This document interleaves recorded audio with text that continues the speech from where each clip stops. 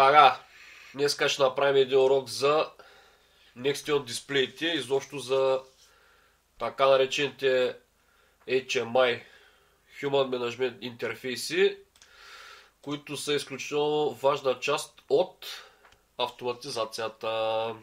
Тук е с Фейсбука, групите и разни други форуми. Имаше квилини въпроси и коментари, дали сме знали, че съществува, дали такова, дали онакова. Сега, той са някакви тъпоти, дето изобщо не знам как ги измисляте в главите си. Знаем ги, че съществуват много отдавна, даже и ги имаме, и ги ползваме, че и ги показваме. Тъй, както да е. Тук съм написал сега един план, който трябва да се спази днеска като за начало, деца вика да се запознаем изобщо с това как се случва цялата история. Клипчетата, които следват след този и преди този, са от серията за автоматизацията в канала на моя сайт в тубата, тъй че имайте предвид, че ще има и още. Направил съм два такива отделни. Един е само за Next автоматизациите как се работи, другия е с Next и допълнителните платки. Деца вика, сложил съм картинки, да е лесно да се вижда какво се случва в тези канали. Не знам кой колко, какво му е ясно и какво не му е ясно. Деца вика, питайте, защото има доста неща, които са направили големите компании по този въпрос. Не са от вчера или от днеска работите, просто трябва да се включим в системите, които те са измислили за работа с автоматизацията, хардуера, софтуера и всички останали процеси и там жици и код съсетите. Тъй, че деца вика, имаме имейли, телефони, вайбари, всичко. Така, тук този канал, който е тази част от канала, която е за девелопинга на проекти от самото начало, продължава с производството на ето тази платка. Всъщност не тази, а производството на тази платка, която проектирахме малко по малко от самото начало. Тук някъде по средата на клипа трябва да я има, може би накрая, като 3D вариант. Тъй, че тази платка е произведена вече, ще бъде наситена и ще бъде показано как се работи с нея. Не знам дали съм я показал, дали не съм я показал. Трябваше да имам някъде картинка. Както и да е, няма значение. Ще ги видим тези работи. Днеска ще се занимаем с това как се стартира изобщо работата с Next дисплеите, защото това е доста добра отправна точка за всички останали. Има и по-сложни. Намерил съм няколко други фирми от Китай, които са произвели страшно добри тъч дисплеи, деца вика, с повече комуникация, с много повече възможности, с много повече работи. Така, Next дисплеите ги знаем много отдавна и ги имаме много отдавна. Чакай, че се затворих тук една страница. Модела, който ще имам, всъщност аз имам два такива. Един е 7 инча, един е 3,5. Този, който ви показвам тук на камерата на телефона, е 7-инчовия дисплей, който ще се видим днес, може би ако остане време, ако стигнем до проекта, как се работи с него и изобщо какво се прави. Така, като част от клипчетата за автоматизация, тези дисплеи с различни проекти ще бъдат показани доста често, защото при различните системи за управление на автоматизацията има различни графики, които дисплея също може да визуализира без абсолютно никакви проблеми. Така, на сайта на компанията има доста... това е само да вметна, че дисплея от към платката от към гърба. После ще го обясним кое какво е. На сайта на компанията има доста направени картинки, примери, кое как се визуализира всъщност и какво всъщност може да се визуализира, докато на другите сайтове на конкурентни компании има направени цели примери, които директно могат да се свалят и да се задействат, да се изпробват за такова. Тук има сапорти, има картинки. Аз с сапорта си говорих няколко дена предната седмица по различни проблеми там, които исках да разбера кое как се прави.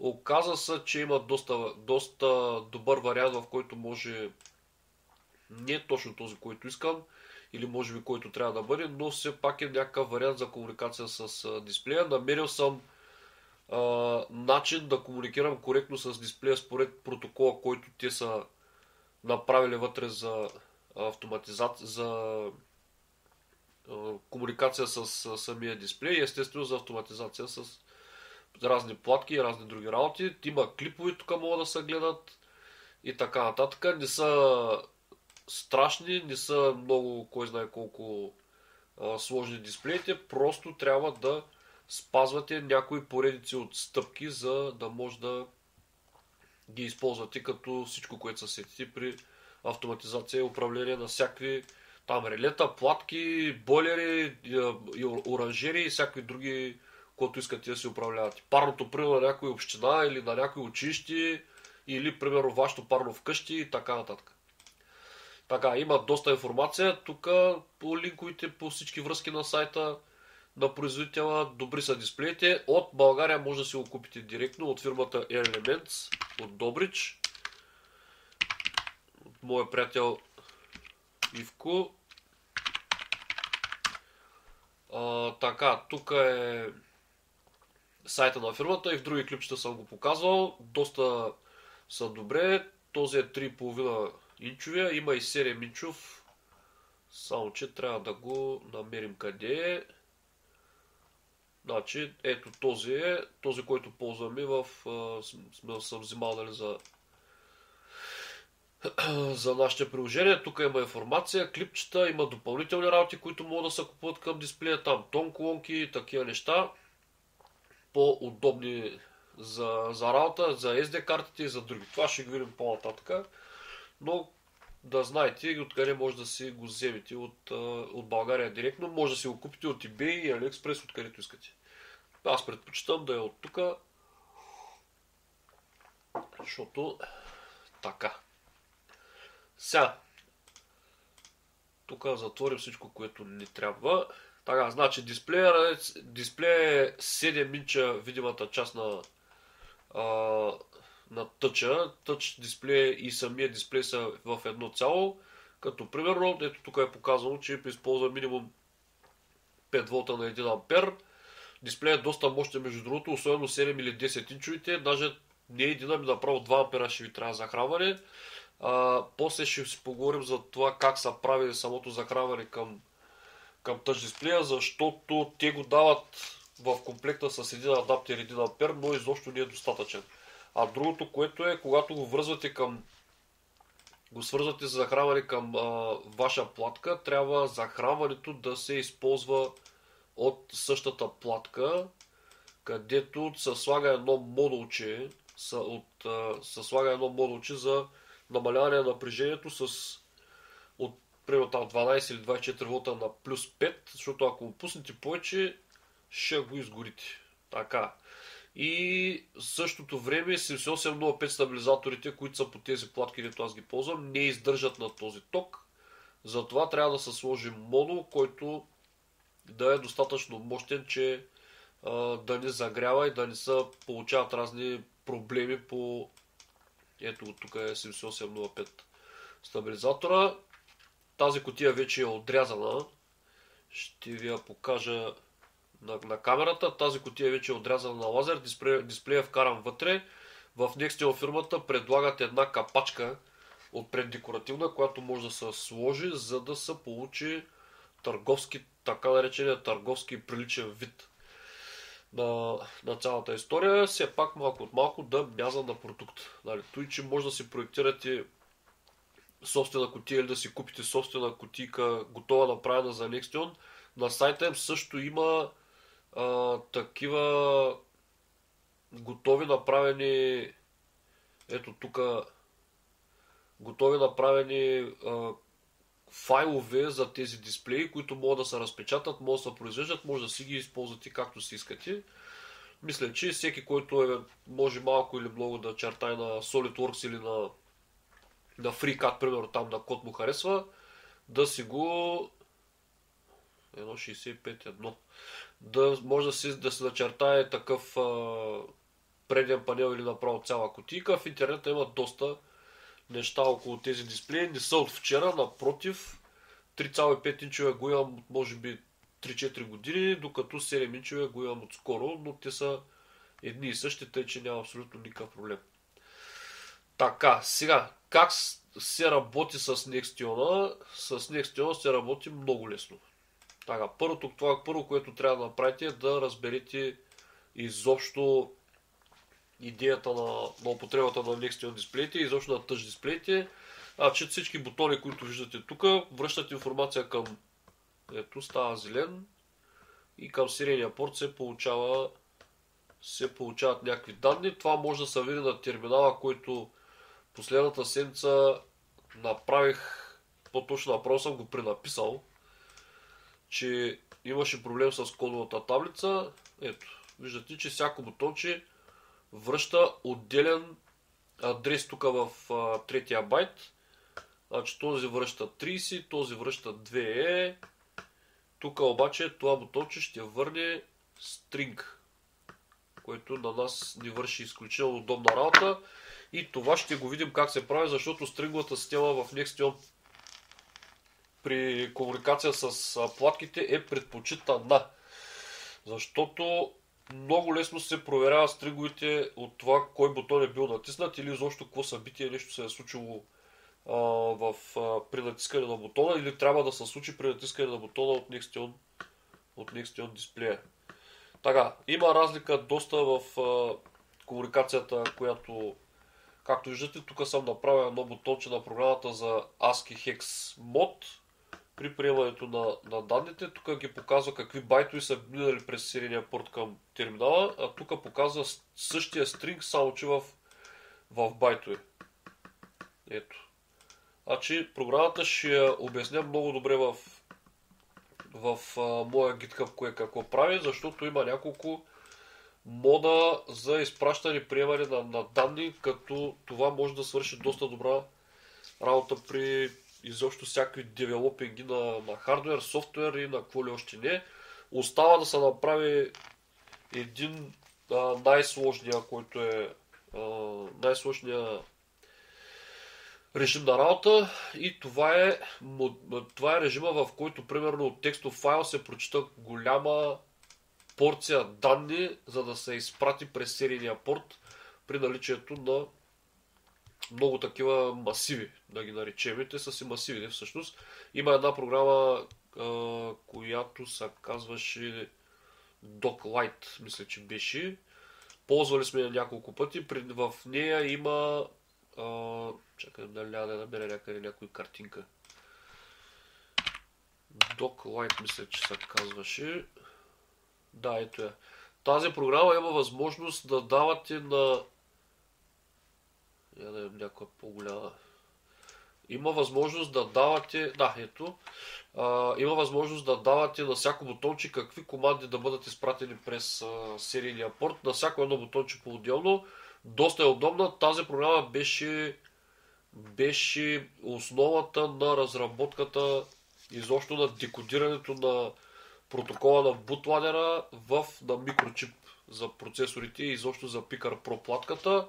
С тази програма успяхме да декодираме целият протокол на микрочип, който са направили. Изобщо тяхния тапунгерския протокол, дето не работи.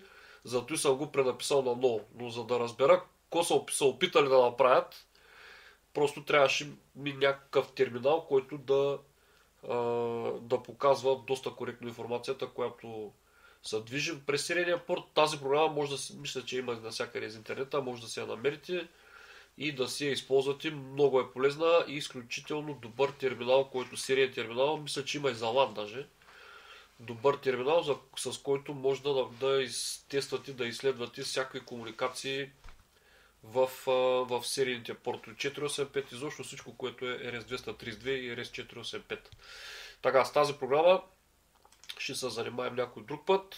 Пак ви казвам, изключително полезна. Така, нашия терминал, който съм направил, вече може да показва, приема и предава коректно информация към от и към Nextion.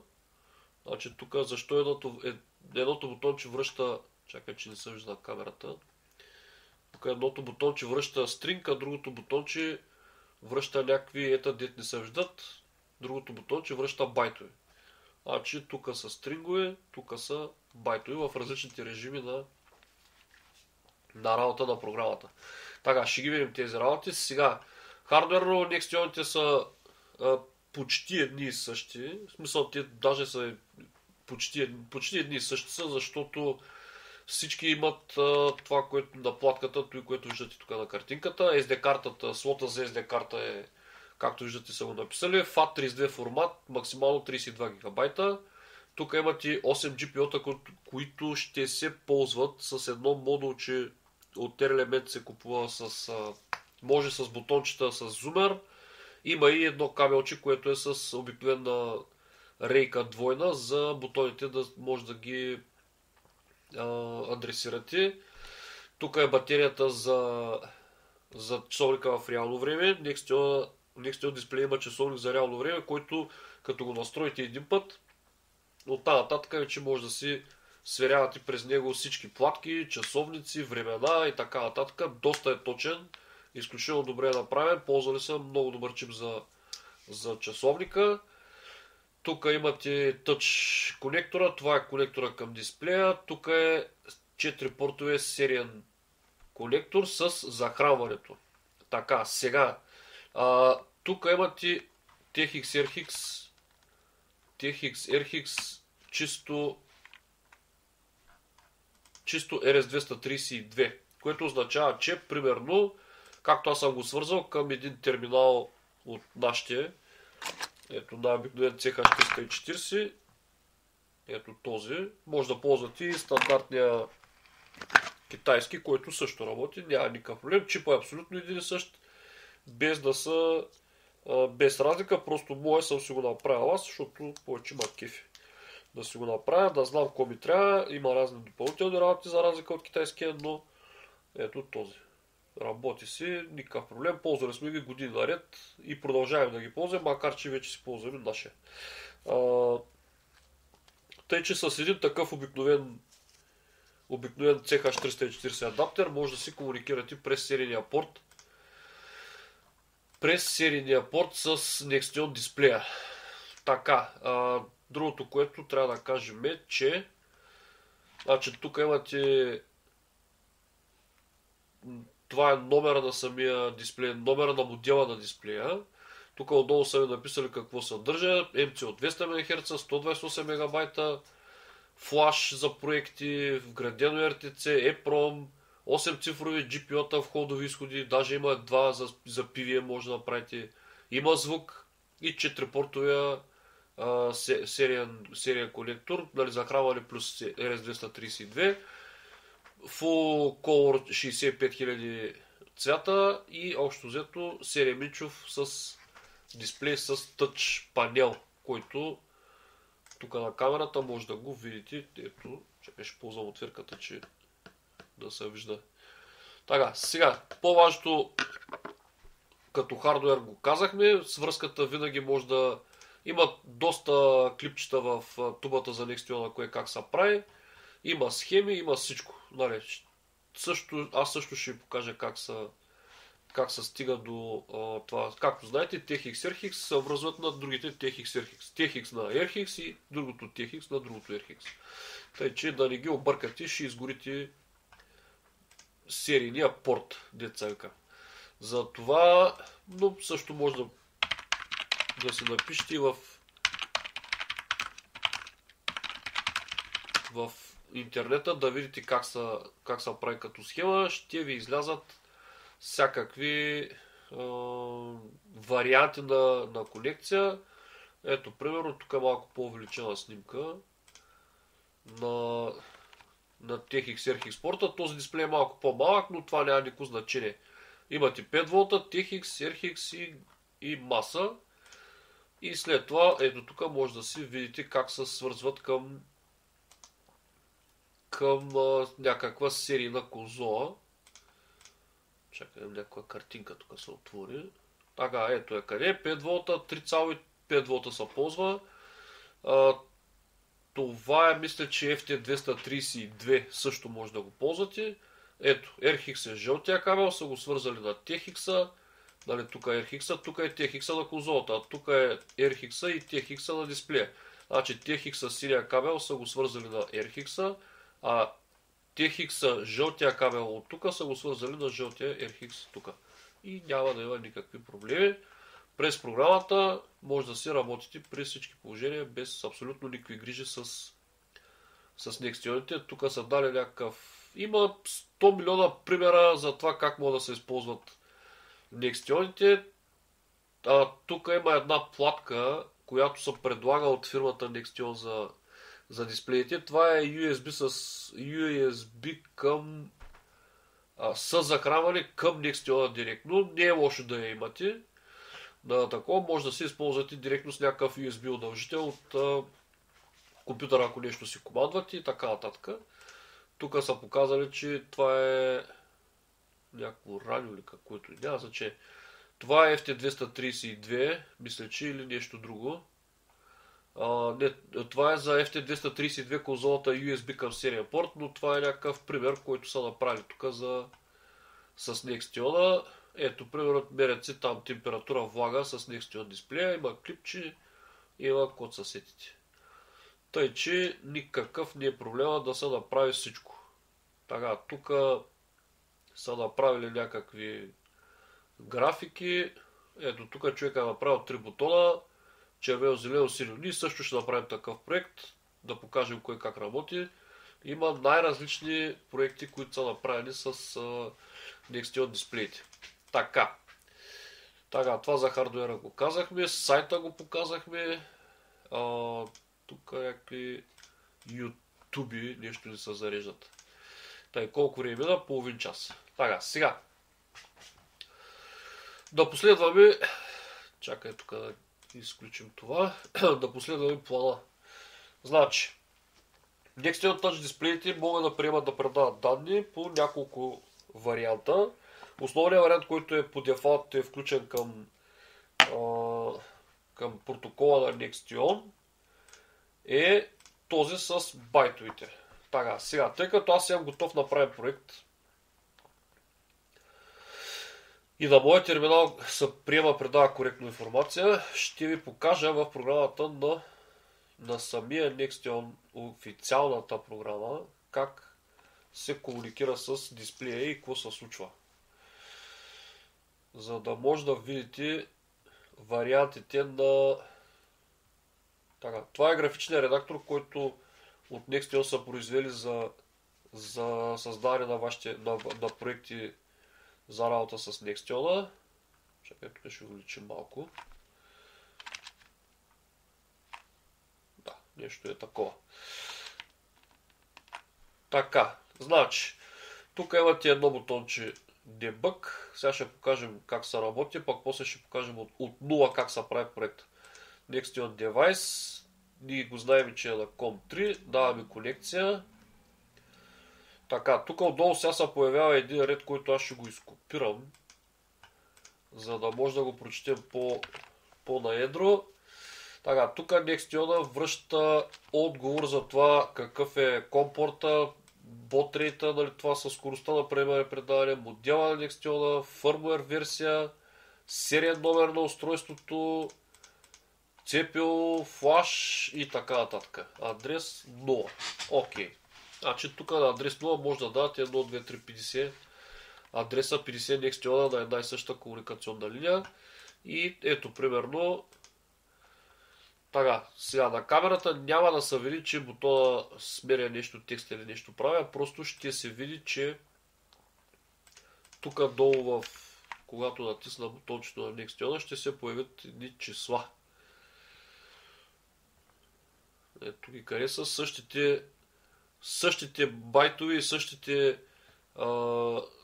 стрингови, които се появяват, когато използвам моята програма. Значи аз пак ви казвам, предпочитам стринговата система, защото там е ясно какво се случва.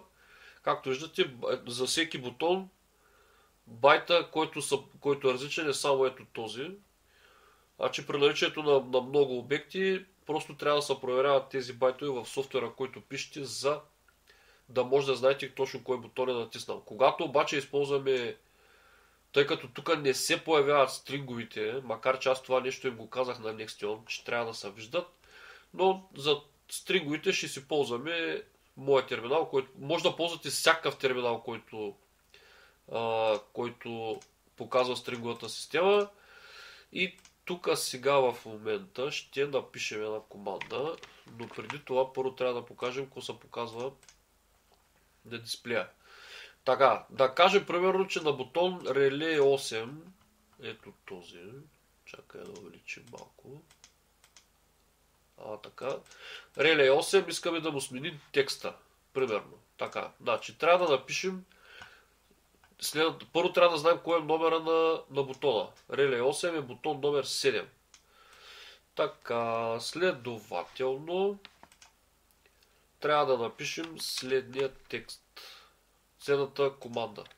Примерно B7 .txt равно кавички.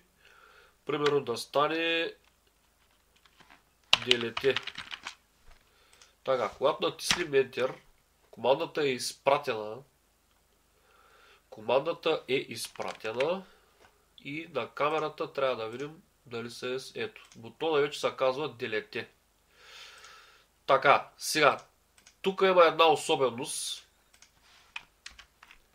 Значи, вижте сега, в стринг, когато изпращате командата, не се виждат ето тези 3 пъти F байтовете, които са задължителни в протокола за комуникация към Nextion.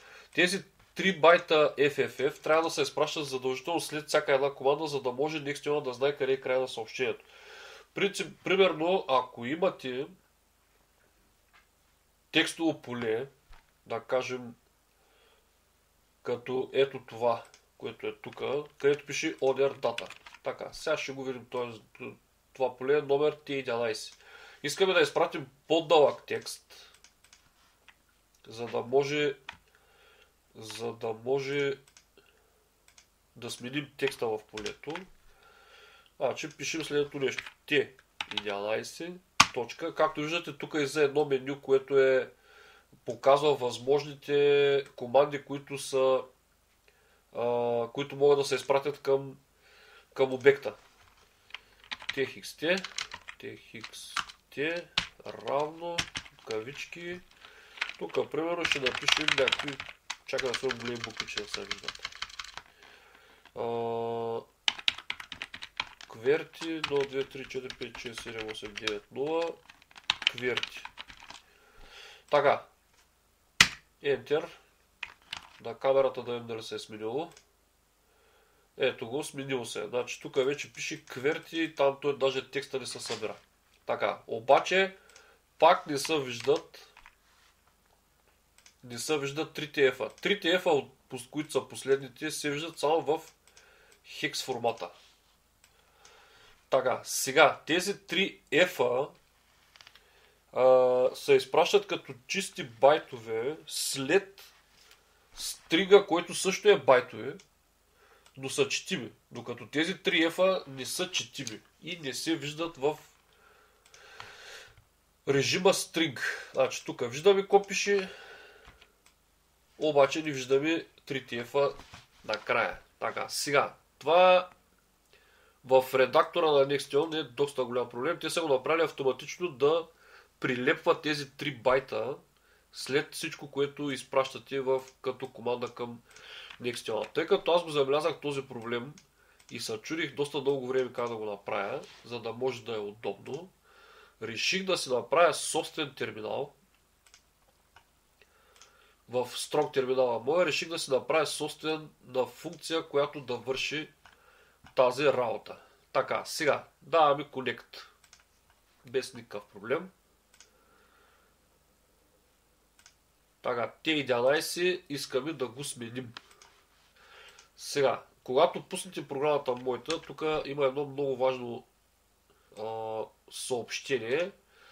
Кодинг, по-точно трябва да е Encoding System Windows 1252. Така, тези Кодовите таблици за символите, които са четими в Windows, Linux и всички операционни системи са доста, но по дефалт, по подразбиране, кодовата таблица, която е настроена моята програма, е Windows 1252, защото това е дефалт таблицата за символите в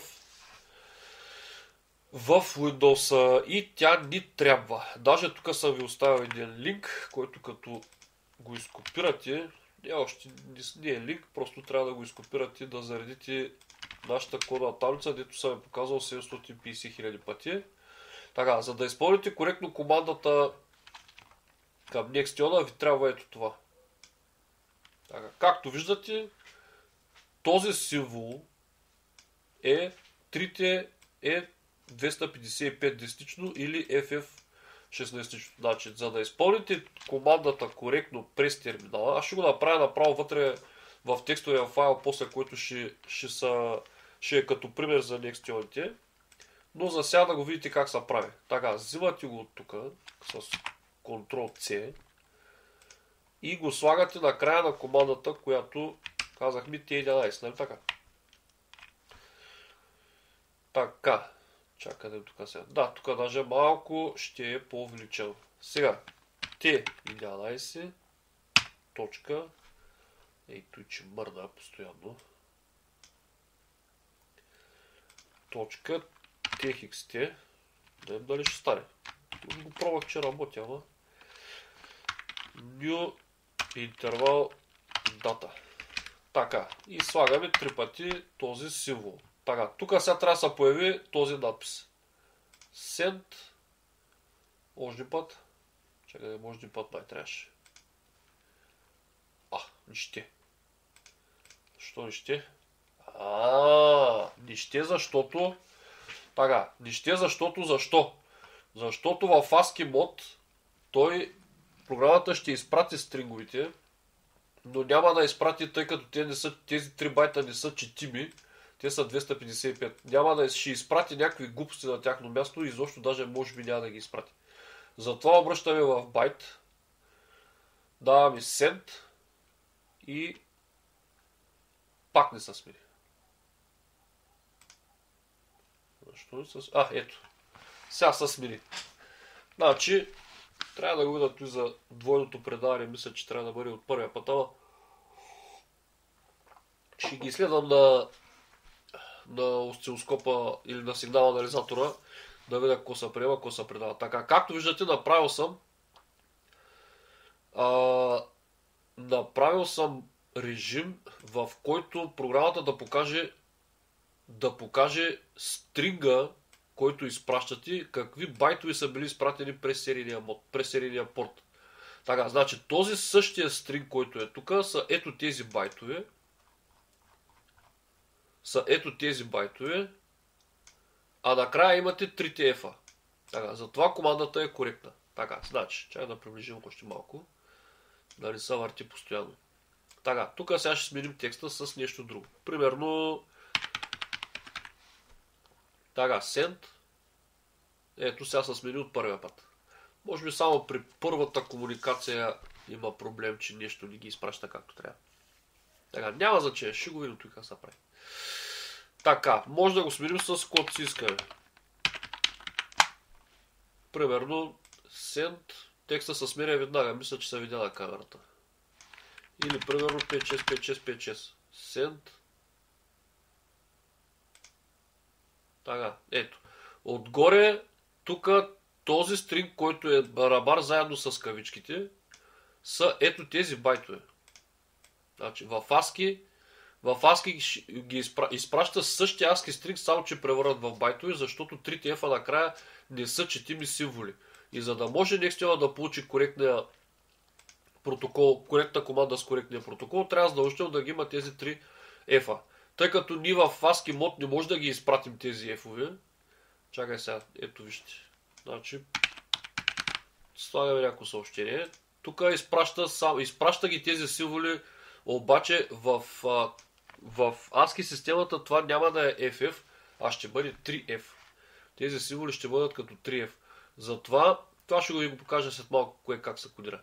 Затова обръщаме в байтови директно. Тук сме написали съобщението, тук има 5656. Сега ще има 1, 2, 3 там, който сме написали. Така, защо това се получава?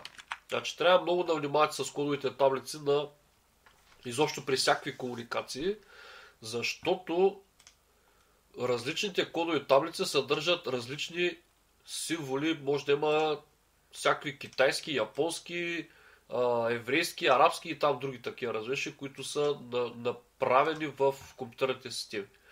Така, тук ще ползваме cool терминала, като терминал за приемане и за сверка на информацията, която се предава. Така, само да го настроим малко. Ще направя шрифтовете малко по-големи, за да може да се вижда. Така, 24. Тук ще го сложим на 24. Кое е малко, ще го увеличим още. Така, гледайте сега какво става. Значи, това е много важно, защото всички кодови таблици, които са направени в Nextion, които се поддържат, са описани ето тук на това място. Значи, ето, те са дали хората Character Encoding и има един куп направени от всички стандарти, които се поддържат в компютърните системи. Значи, аз ползвам ASCII, но принципно може да се ползва UTF-8, 12, тук 55, които са стандартните, ISO-то от 1 до 15, изобщо всякакви таблици са възможни за употреба в Nextion. Тук при дебъга има същите таблици, които са възможни за комуникация с Nextion. Така, това ще го видим, когато почнем проекта от начало. Сега да видим какво се случва с комуникацията между програмата, приемането и предаването. Така, тук съм направил два виртуални серийни порта, които са свързани помежду си. И даваме Connect. Сега, това съобщение, което изпратихме преди малко, в ASCII символи ще бъде изпратено ето така. Така, обърнете внимание, че последните три символа, които са най-важните от протокола към Nextion, са Y с двете точки. Се изпращат като 3F. Така, сега, след като се изпращат като 3F, обръщаме на байтове. Пак изпращаме също съобщение. Тук отдясно ви дава какво е било изпратено като съобщение, като стрингови. Тук ги дава, ние сме дали Y с две точки, тук ги дава като българското Я. Но по-важното е, че тук са трите F-а, което е в протокола на Nextion, за да може командата, която сме изпратили, да е коректна. Така, всички команди на Nextion, които могат да бъдат като протокол изпратени, се намират в сайта на Nextion. Ето тук ги има описани с примери кое как се прави, какво връща, как се изпраща, как се приема команда и така нататък. Тъй, че може да направите абсолютно всичко по Nextion. Например, може да смените текста, може да смените цвета на бутона, може да смените цвета на самия текст, може да направите, примерно да покажете, да скриете някакъв обект, може всичко да направите. Деценка, тъй, че не е никакъв проблем. Тук може да се сменят страници, има други страници, макар че те изглеждат едни и същи, но ще ги направя да изглеждат различни. Направил съм 4 страници, защото аз имам 4 платки. Ето тук на тази картинка, 1, 2, 3, 4. В кутията с Nextion ще има една такава платка, в другата кутия ще има 3 такива платки. Следователно аз от самия Nextion трябва да мога да си командвам 4 платки, което ще стане през мрежата 485. В урока за 485, когато говорихме, бях нарисувал една схема. Деца тук не знам дали ще мога да я намеря като графика. Да, ето я. Така, значи тук, освен тези 4 платки, към мастерборда ще бъде закачен Nextion и този мастерборд ще казва на другите платки какво да правят. Да включват, изключват релета, програми и така нататък. Тъй, че през 485 линията всичко може да се направи. Тя е абсолютно същата като RS-232, просто накрая има две драйверчета за дълги разстояния на кабелите. За дълги разстояния на кабелите и на линията. Ето тези двата драйвера са за 485. Така, значи всичко започва от протокола, който изпращате по комуникационните линии, но преди да го изпратите, трябва да видите дали протокола ви е коректен. Защото ако не е коректен протокола, нищо няма да направите. Тук текста нито на бутончето ще се смени, нито ще се включат някакви релета, нито нещо ще стане както трябва. Така, за това може да използвате няколко различни вида серийни терминали, за да си проверите нещата, които изпращате по комуникационните линии, дали са коректни. Иначе ще се чудите защо сте настъпали мотиката и вам боли главата. Така, както виждате, в различните режими на изпращане, ето, ще повторям още един път. Така, съобщението е едно и също абсолютно. Мисля, че се вижда. В ASCII мод го изпращаме. В байтови съобщението е същото, абсолютно същото, но какво? Трите отдолу са някакви знаци, които не са това, което трябва. Тук ги дава като 3FF, като 3F, а тук са някакви въпросителни, тук са Y с две точки и така нататък. Обръщаме в байтове, даваме send, чакай, че забравихме да изчистим. Send. Така, тук вече е коректно. Защо? Защото този символ, който от кодовата таблица Windows 1252, Y с двете точки е FF байтовите според както сочи таблицата тук, което е най-важното от цялата задача. Така, след като този символ ни трябва за да комуникираме с Nextionите за коректно изпращане и получаване на данни от тях, този символ трябва да го имаме някъде написан защото не знам сега точно кой клавиша на клавиатурата да го пишем всеки път. Трябва да го имаме на края на изпращането съобщение, за да може да се получи коректна информация. Така, сменяме. Чакай да го изпратим първия път. Така, сега ще видим. Тази програма тук не слага нов ред. Не знам поради каква причина. Само, че това дали ще стане. Няма да стане. Чакай да видим дали ще направи... Тук трябва да е всъщност 0D или може би наклонена R. А няма да го приеме. Няма да направим нов ред. Така, както и да е. Така, изпращаме първите байтове. Имаме 3F. Значи следващите байтове ще почнат от тук надолу. Ще сменим с друго съобщение. Да кажем, примерно само с девятки. Да са еднакви, че да ги различаваме. Така, ето, съобщението почва пак от 74. Има 31, 31, 22 са кавичките. Това трябва да го знаете много добре, защото в ASCII таблицата 22 са кавичките и те ще ви трябват, когато изпращате от процесорите към към Nextion. Само, че чакай да видим къде са. Не, това са...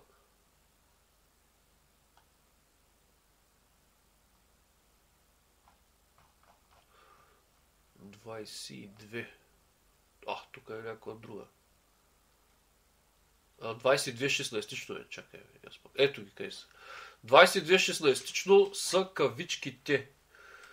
Да, това са двойни кавички, които и трябват за всички команди по протокола към Nextion. Така, значи трябва да ги знаете тези и този символ, който е за трите F-а.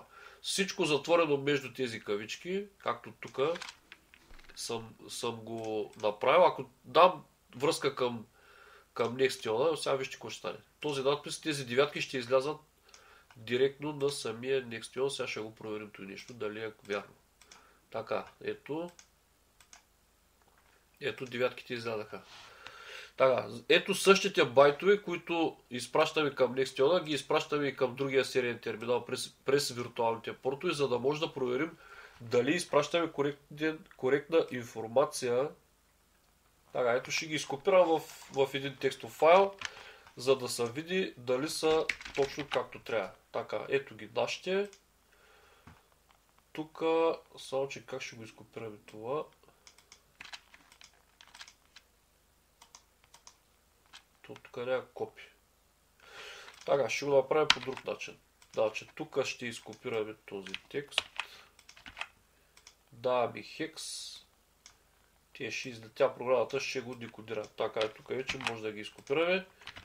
Ето. Байтовете са абсолютно едни същи. Всъщност, тук накрая имаме... Сега, тук пък даде... Тези ги даде като 79. Тук пък не може да даваш само Y, пък не може да даваш Y с две точки. Тя го работа. Както и да е. На нас тук не трябва тези 3 F. То може да дава код си иска, но тук трябва да даваме ние код си искаме, не програмите код си иска. Иначе като цяло по този начин може да си правите проверки за комуникациите, които в протоколите и данните, които текат по комуникационните линии между различния хардвер. Както виждате, всички програмисти, които са направили всякакви програми, имат собствена визия за това, кое как трябва да бъде кодирано. Аз вярвам единствено на таблицата, която е тук. ASCII таблицата е написана навсякъде. Целият Linux, ето сега ще ви покажа един Linux, макар че мисля, че някъде го бях показал. Ето го Linux. Целият Linux е написан на тази... Тук съм написал даже без искам някаква команда. То е дъфът.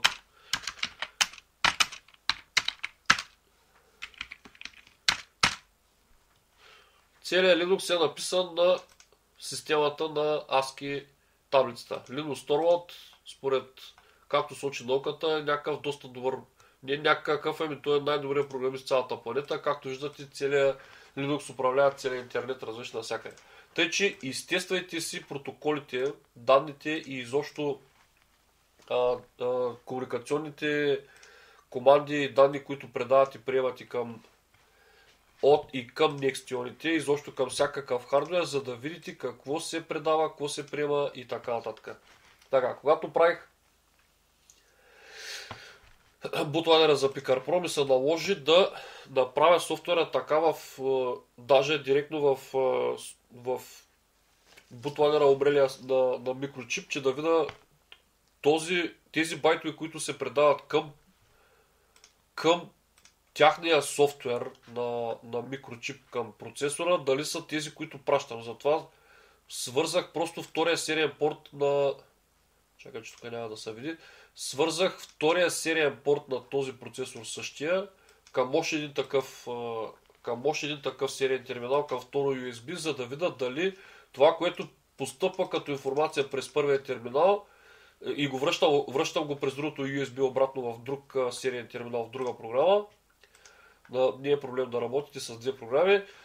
Просто исках да видя дали тези данни, които постъпват през първия сериен порт към бутлайнера, са точно тези, които трябва да бъдат, и се наложи да направя втория сериен порт на процесора, да връща към второ USB със същата такава конзола, да връща към второ USB това, което е получил едно към едно. Нещо като... то си е направил серийно ехо за сериен порт. Оказа се, че има проблем също с това и се наложи да го пренапиша. Не, че се наложи, се ядосах и го пренаписах на ново, го направих да работи как трябва. Така, както виждате, не е проблем да се работи с една, две или три. С моята може да работи с колко терминала си искате. С тази може само с един.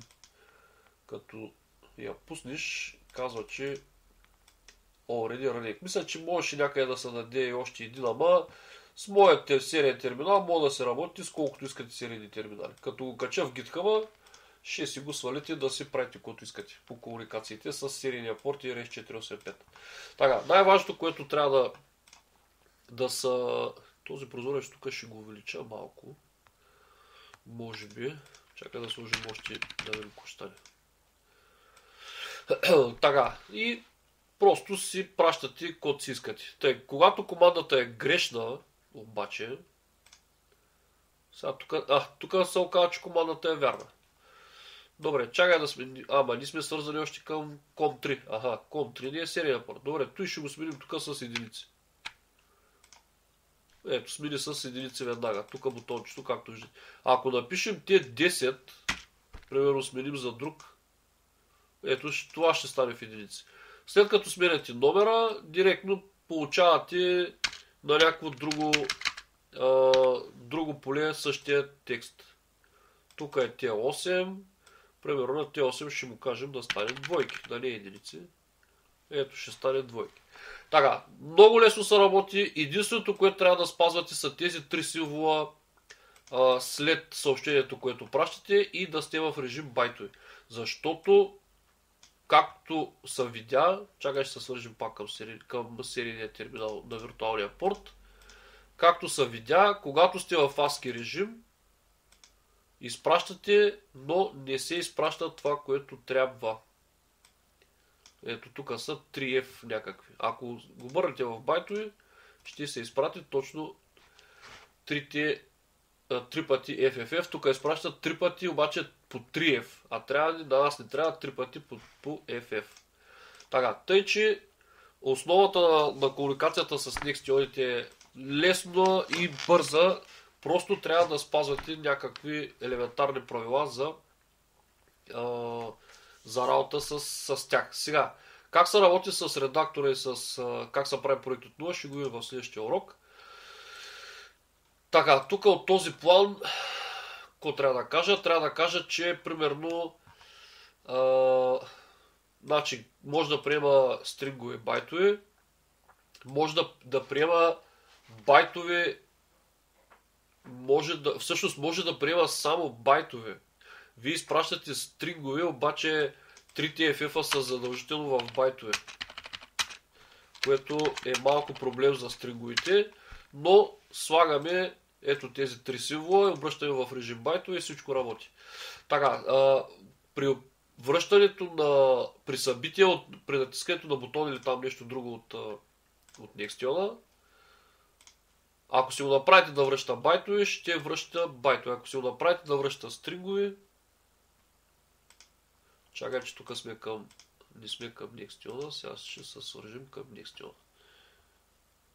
Ето, аз съм го направил на това бутонче да връща байтове, да връща стригове по-точните. Че тук не се вижда от зума. Ето в режим Receive в режим ASCII и тук съобщението се получава. Така, значи не може да връща нов ред или 0D0A. Формата, който връща байтовете е ето този. Или примерно стриговете, които ги връща, е в вариант, който си искате. Има команда за връщането на стриговете. Значи първият байт е номера на дисплея, втория байт е номера на страницата. Тук двата байта са елементи от страницата и накрая имате задължително 3 пъти F. И в приемането, и в предаването. Така, но аз съм използвал една команда, много важна, за която може да е доста полезна, защото Nextionите са така направени, че примерно в режим back command 2 връща, когато командата е грешна. Връща отговор, когато командата е грешна. За наше улеснение обаче са направили режим, в който изобщо не връща никакъв отговор, дали командата е грешна, не грешна или такова. Тъй, че аз използвам точно този, за да не се получава един проблем с 485 линията, за който ще коментираме после. Така, това за връщането на командата, дали е грешна или вярна, съм го спрял. Мен не ми трябва това нещо, защото аз като изпратя коректна команда и като натисна бутона, знам какво ще стане. Тъй, че нямам нужда от отговор дали е коректна или не е коректна. Така, нагласата на силата на светене на подсветката е от 0 до 100%. Аз съм нагласил, може би някъде на 50, защото на 100% дърпа много ток. 7-инчовия дисплей е много голям и матрицата му е доста светодиоди и дърпа страшно много ток. Затова съм го нагласил на 50-60%, като командата е в проценти от 0 до 100. От 0 до 100% и съм дал съм, мисля, че 60 беше, не съм много сигурен. Така, в реални проекти Next.js могат да се използват на много места. Както видяхте, целият интернет е пълен с какви ли не приложения. Значи, може да го свържете към RS-232, всичко, което съдържа, всички процесорни платки, девелоперски и съдържат, даже и по няколко серийни порта стандартни. Може да използвате PIC процесор, Raspberry Pico, ESP32, Arduino Nano има само един сериен порт, докато Arduino Micro има отделен сериен порт от модула за USB-то. Значи Arduino Micro има отделен USB порт специално само за комуникация с наливането на хекса, който USB порт също може да бъде използван като сериен, но истинският сериен порт на процесора е отделен да бъде отделно на пиновете на Arduino Micro. Доста е удобна платката. Направя сам някаква платка по този въпрос, обаче просто не е останало време до момента. Така, свързването на Nextel дисплеите към RS485 при Full и Half Duplex има една особеност, за която ще се поговори друг път, защото там трябва да се използва един от пиновете на Nextel за управлението на приемащо-предаващата линия. От това ще го видим как се прави по-нататък. Така, следващите уроци ще бъдат за това как да започнете с Nextel от 0, с проекта за Nextel от 0 и как да работите с серийния терминал към Nextel, от което вече го показахме. Доста добре ми се струва. Тъй, че тук може да ръгате всякакви двойки, тройки, петици, стига да изпращате. Ето, тук се смени с 5. Мисля, че на клипчето ще се види доста добре. Ако не се види, купете си един Nextel и си правите каквото искате. Така, тъй, че общо взето, като за първи урок, колко стана? Там приключваме. Като за първи урок за Nextel е доста показно, доста показателно. Пак ви казвам, кодовите таблици, които са заложени в самите Nextel за обмен на данни в това са доста. Тъй, че предполагам, че в България ще се ползват най-вероятно ASCII таблицата или тази, която е 8859, стандартната. Принципно може да естествате и други кодови таблици, но не ви съветвам, ще се получат някакви грешки, дето не знаете защо какво правите. Така, тук в настройките на дисплея, само да кажа, може да избирате първо устройство, с което работите, от коя серия и кой модел точно. След това да изберете дисплея, на какви градуси да завърти проекта. В смисъл, може да е вертикално, може да е наобратно, може да е на всички 4 страни, както виждате. И след това тук има някакви сетинги за пароли, за така нататък, които аз не ги ползвам. Това не, че не може, напротив. Може да се работи с защитен вариант на софтуера, който да не може да роди всеки вътре в дисплея, което е нормално. Така, и следващия път вече ще разгледаме как се прави проект от 0. Този, който ви показвам тук е доста сложен, защото пак ви казвам, аз имам 4 платки, които трябва да се управляват от този дисплей. Мисля, че на сайта има доста информация и кутията вече е отрязана на лазера, дисплея е пробит, дисплея е монтиран, дупките, отворите чакай да покажем. Ето тук. Отворите за тримерите, за потенциометрите са направени и те ще бъдат свързани към хардуера на тази платка на ето тези тримери тук, като информацията ще излиза директно на тези панелчета тук за състоянието на тримерите за 4 платки едновременно. Така, тъй че нещата с Nextel дисплеите са доста лесни, доста удобни. Най-важното е, пак ви казвам, да си проверите комуникацията, какво приемате и какво предавате между вашите устройства. Както виждате, аз съм направил терминала по стандарт да работи с Windows 1252. Не случайно, защото тази кодова таблица е дефалта на Windows и изобщо мисля, че на всичките. Затова съм сложил това съобщение ето тук в началото на самата програма. То ще има help, ще има всичко, тъй че няма никакви грижи. И следва трябва да направя сега този мод, този режим на моята програма да може да чете по-дълги съобщения от тези, които може да въведете в полето до 48 байта, до 48 символа, да чете по-дълги съобщения, за да може да бъдат изпращани през серийния порт с бутончета. Там ще видим как ще го направя. Но най-добрият вариант, който може да изтествате, да направите, е да изтествате това, което пращате към друго устройство на два серийни терминала.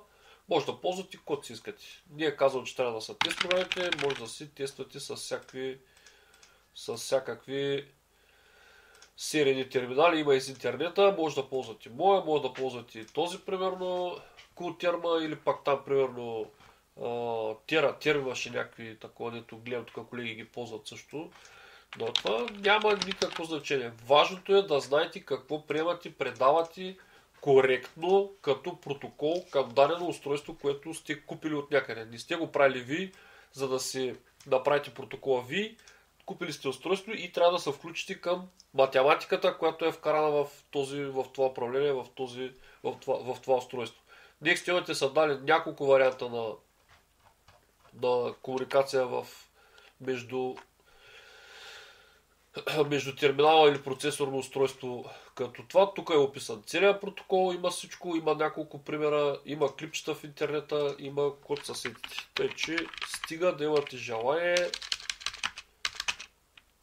може да си направите каквото си искате с тях.